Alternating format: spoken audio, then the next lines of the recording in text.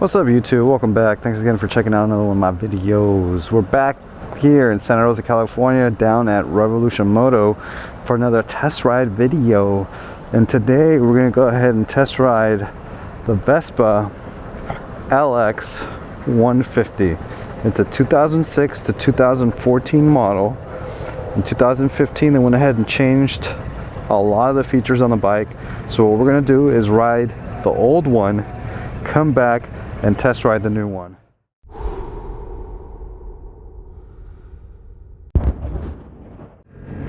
So I'm just getting settled in on the Vespa LX 150. You guys know how I feel about Vespa, in particular Vespa riders, but I'm gonna go ahead and give this its fair shot, take it around for a spin, let you guys know what I think. So far, first impressions, stop and go traffic, it's got a little bit of power on it. It's a torquey little scooter. It's not super torquey, but like you can feel it get up and go. As soon as we get past this traffic, we're going to take it up the same hill and we're going to do the same route that we took the Piaggio Fly 150.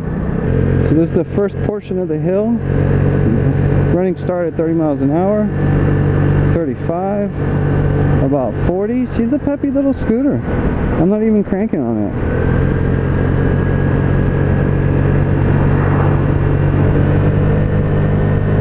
Open it up a little bit. Yeah, no problem. We got up the hill at 40. We're going to do a second hill.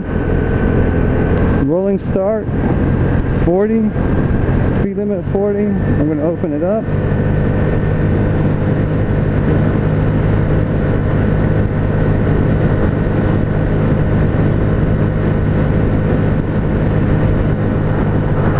She made it up the hill no problem. 50 miles an hour and a 40 going uphill. I think she's got the power. I mean, if it was a steeper hill, you would get up it, you're just going to get up it a little slower. But I think she's got the power to get you up some hills. You'd be cruising San Francisco, no problem. You're cruising the Bay Area, cruising the North Bay, no problem. Dead stop. 10, 20, 30, 40,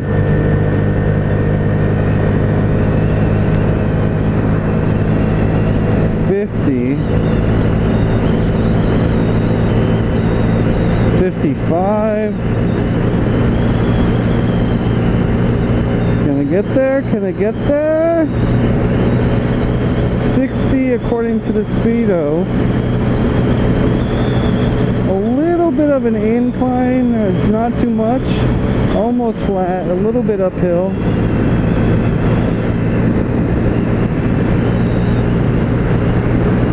But she's got a little bit of pep. Let's take her out to the twisties and see how she does. I'm a little hesitant to hit them hard. We're just going to cruise to the twisties. You know what? To be honest, guys, I really don't like the suspension. I don't trust it. The front wheel feels wobbly. She's bouncing around on me. She doesn't feel firm. She doesn't feel planted. You know what? That's why we're riding the old one, because they changed the suspension, they changed the engine a little bit on the newer 2016 model, and we're going to take that out next. It's a little top heavy. The center of balance is a little high. The fuel tank is in the back. It's about a 1 gallon fuel tank. I just topped it off. I put a gallon in it to make sure I don't run out of gas out here. So she's a little top heavy. She's not hard to turn.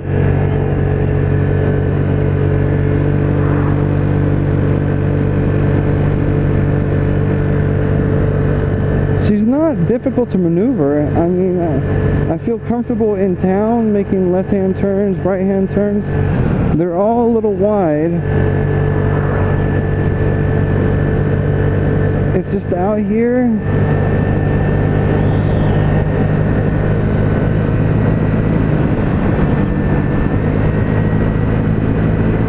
I can't talk about the braking right now because it's a used scooter, so we don't know how worn these brakes are.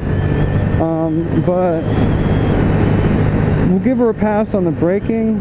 The re-throttle time, I get back on it, she's going, you know, she's not super torquey right now. I'm at like cruising around 50, 45, 40. Let's get back on it. Holds at 38, and now she's picking up again. So she's not super torquey, she's not super powerful, but you can get going again pretty easily. And she's not hard to maneuver. So that suspension is just really, it's just really eating away at my confidence out here on these turns. Rear brake, front brake, so I'll stop me, no problem. It's a comfortable riding scooter. Like, I feel like I'm a little bit more forward than I would be on my Zuma, but I'm comfortable. I'm not too far forward where I feel cramped. There's plenty of space on the footboard to position myself in a comfortable seating position. I actually like the seat better than the Piaggio Fly 150. So that's the end of the twisties. You know, I kind of wish I had that Piaggio right now because this is a little bouncy. Not as hard and as jarring as my Zuma 125 because the Zuma's got a stiff suspension. I'm out here and some of these bumps would definitely hurt. The Piaggio Fly 150 felt like a Cadillac out here, man. It was just floating over these bumps. This older Vespa LX 150, it's not jarring, but it's not eating up these bumps really well. It's a little bit more stiffer like the Zuma. Ugh. It wasn't too bad.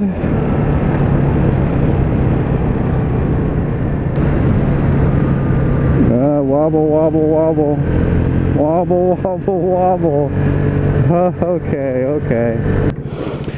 So in terms of display, we got a nice big display right here, dead center. We got your fuel, low fuel, we got your oil, we got your check engine light, and we got your high beams. Your left turn signal, a nice big speedo right here with your odometer.